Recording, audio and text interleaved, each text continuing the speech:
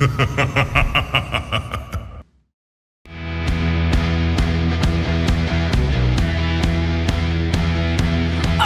new Buckhorn. Sleep back Buckhorn.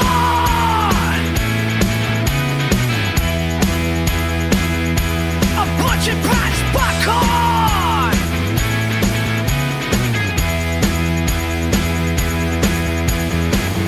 Can I design these sexy curves are refined, but even though it feels good, don't stick it in your behind.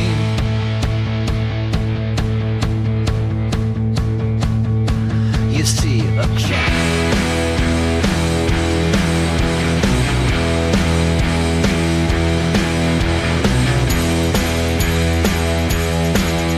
You see the Canadian design, and you're always inclined to lay down your money and buy that onion.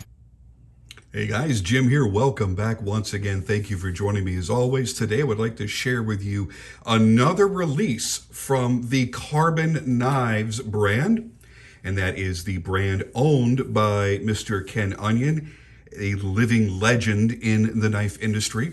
And again, I have to stress that Karbon is his knife brand. He owns this knife brand, and he was helped to bring this to fruition by the good folks over at Karbon Knives, which is the brother company to Reich Knife. So it's not a situation like Kershaw or something where Ken Onion is merely designing for another brand and they're using his designs. This is his company, so he has control over the quality, he has control over the cost, and all of the important final decisions come down to him. Now, the award for Best Collaboration Knife and Blade 2024 was the original Buckhorn that I recently reviewed, and that was in titanium. This is now a budget-friendly version that they've just unveiled, and it looks identical in every way, and it has an action that's downright unreal. While the silver version is identical, this new black is a slick new departure that I really dig. Let's get a closer look at that. Get it out of the box. So if you got the silver version of this knife, the only way in pictures you could tell a difference between this new budget-friendly version and the original is the original titanium was a frame lock, and this new aluminum is an inset lock. Yeah, so it's a pocketed liner lock. Oh, I really, really, really like this action. It is flat out incredible. And yes, you have thumb studs as well, so you can reverse flick it with your middle finger, you can thumb flick it, or you can use the easily accessible but very, very tiny flipper tab on the back. Another thing that I like about this is the new titanium carbide coating, which gives a nice hard surface finish, reduces friction, so it gives you high wear resistance and superior corrosion resistance compared to the non-coated blades. So if you're a little bit harder on your knives, maybe you're sweating all over them, sweating through your blue jeans, this might be the better way to go. Less upkeep, less to worry about. Before we get more into the knife, let's take a look at the packaging. You'll get the traditional microfiber cloth, and then you're going to get a certificate of authenticity. There it shows that you have purchased the Buckhorn in aluminum, designed by Ken Onion. The blade is 14C28N, so that is also a departure for this more budget-oriented version. And the handle is 6061 aluminum instead of 6AL4V titanium. And there you have it. Now take a good look at the finishing of this. The Kubert style pattern, as I call it, with this incredible milling, this texture. This is not just a visual play of light on a flat surface. You feel all of this, all of these little pyramids. It's wonderful. It not only looks good, but it feels really, really good as well. So you've got this breathtaking sweep that runs through and gives you a split handle look with the 3 speed holes in the center. And that is brought around to match even on the lock side. Then you have the kind of Kubert pattern, which just plays with the light. It looks amazing and it feels really cool. Got that down here. Then you have it up here surrounding the oversized pivot. You have it also on the backside done identically. Then the micro milled lines, as you see, going all the way through the body. And then here in the sculpted titanium pocket clip, you've got that same Kubert texture set into there as well. This is really masterfully machined. When you look just at the machining and decoration that's been done to this, it's truly amazing. These carbon knives have been nothing but amazing all the way through. The machining mastery, the level of fit and finish, all far, far, far above their price points. And this one's shooting very, very far above the price point because the price is so much lower. Let's talk about some specs very quickly here. Lay this on down. You're looking at an overall length of 8.54 inches. So yep, 8.5 inches, the perfect size. That's what she said, because the bigger ones hurt. Blade length is 3.66 inches, and that is the Sandvik 14C28N. And the material is aluminum 6061 with the TIC finish, as I explained earlier. Titanium carbide coating. The pivot is ceramic ball bearings. I do believe they are captive bearings, if I'm not mistaken. It is a pocketed liner lock, an inset liner lock. And you have 2 different colorways, the gray or the black. The gray I was calling silver earlier. That's the one that looks like the titanium version. Your weight is 4.53 ounces, which is a little heavier than I expected to see in numbers because it doesn't feel that weighty at all. It feels much lighter than it actually is. Best place to buy it is going to be over at, and I should be putting it up on the screen here, I do hope, Katuo USA, of course.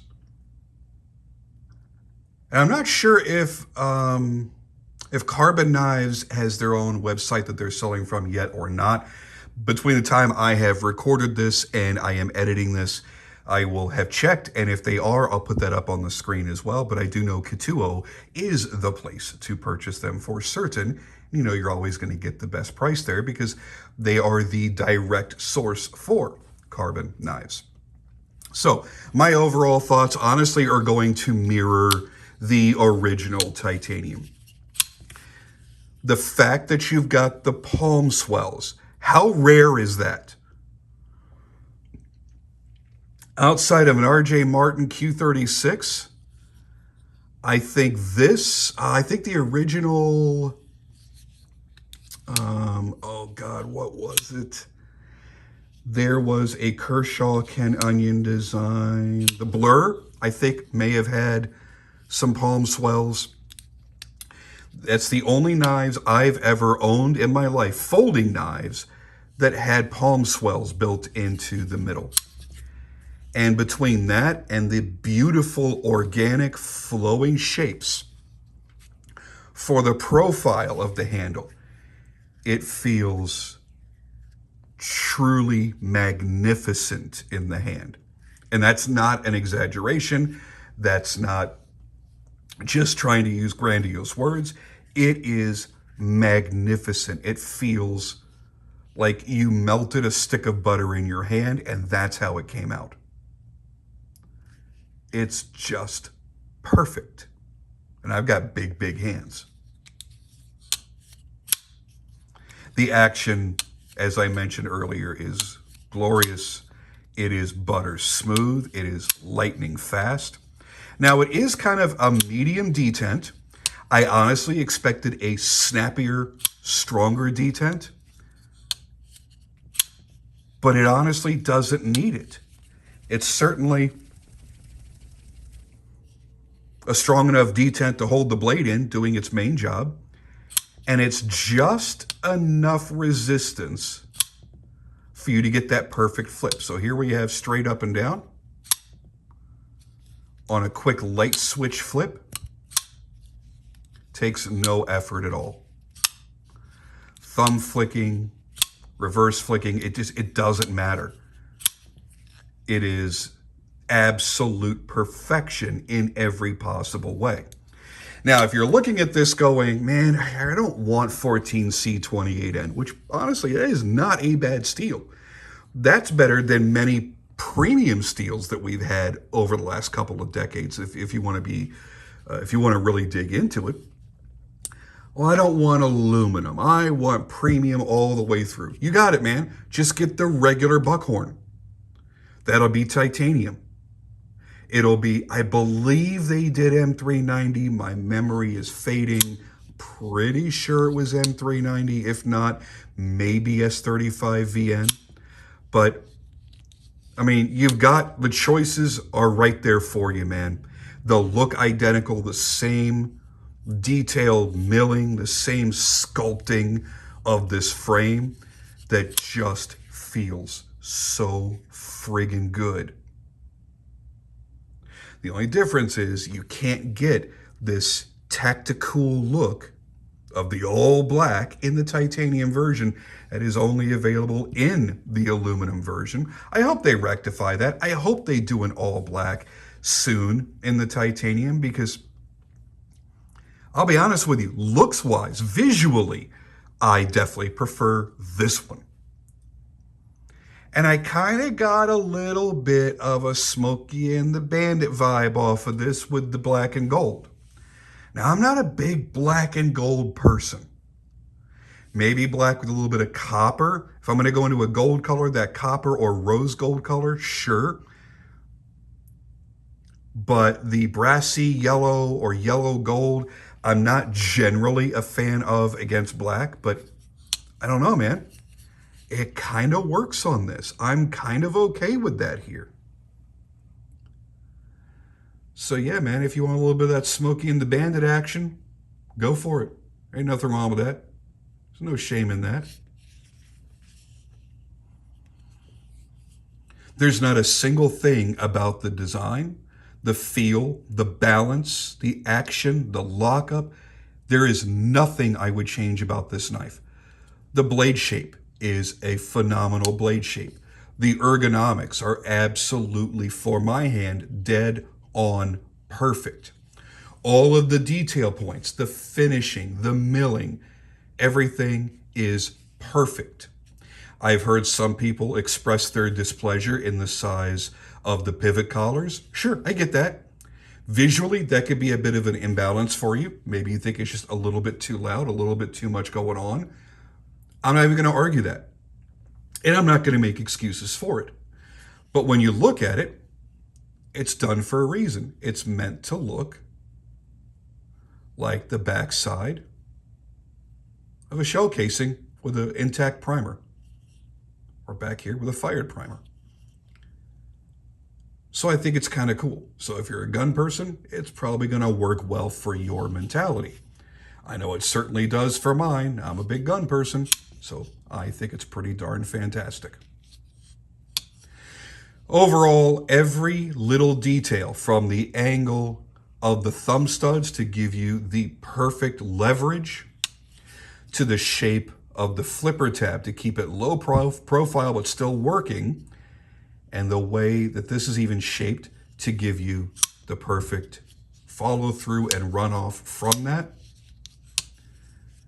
to the overall aesthetic of these natural flowing lines to the detailed milling that's been done. Everything on this knife is exceptional.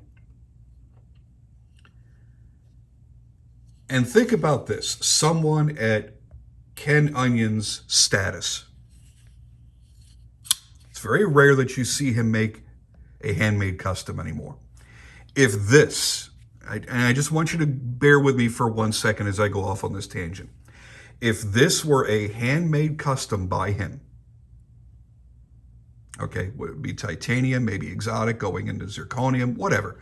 Let's just call it a titanium liner lock with, let's say, I mean, he's going to use a premium steel. He's going to want to be able to apply any finish he wants to it. So it's probably going to be something like RWL 34.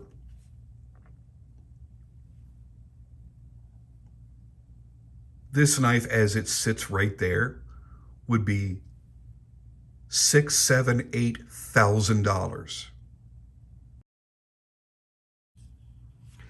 And think of all the time it would take to sculpt this and make it this perfect. The fact that you're able to get it machined into this manner by smart machines and produced in a factory setting is the only reason why this is affordable, period.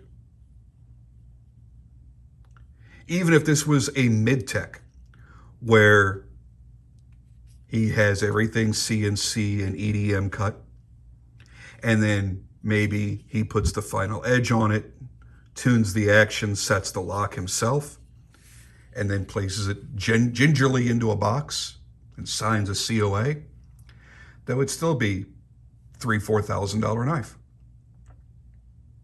So getting this as a production level knife with the design mastery of Ken Onion behind it, it's incredible. I'm so glad to see these available at these kind of prices. I think it's fantastic. It allows you to expand your collection into true beauty, into what I think is such a beautiful design overall that you would never otherwise have. To be able to put something like this in your collection and not feel like you have to sacrifice something else in your life in order to be able to afford it, it's pretty damn amazing. I think if I were to make one change, and believe me, I am not telling somebody like Ken Onion how to design a damn knife, but if I were to make one change based on the way that I use a knife, I would want just a little bit more room in this finger choil up here. Just because I don't have small hands. So I would like to be able to choke up on it reliably and not cut my heel. I'm sorry, not cut my finger on the heel of the edge here. That's it. I mean, it's kind of a minor nitpick when you get down to it. But functionality, yeah, for me, and he can't know what everybody's friggin' finger size is. For me, that would be this would be that Goldilocks knife. And there would be nothing that I feel that I couldn't do with it. Anyway, that's it for me on this one. Thank you guys for sticking around. This was a little bit longer of a video than I expected it to be, but I also owed it to Karbon Knives because I have sat on this knife now for a month and have not reviewed it yet because I've been sidetracked with my other channels. Turns out it takes a long time to review guns. So my other channel where I'm reviewing guns and gun accessories and then my watch channel and stuff like that, I've been putting priorities in a lot of different areas. So I apologize to Ian over at Katuo, to Ken Onion at Karbon, and obviously to my viewers who may have been waiting to see this. Doesn't take away from my excitement of it. I have enjoyed the hell out of this the whole time I've had it, and this is staying in my collection now for sure. And I'm going to continue to enjoy it. So I hope you guys enjoyed the video. Thank you as always for joining me, and I will see you on the next one.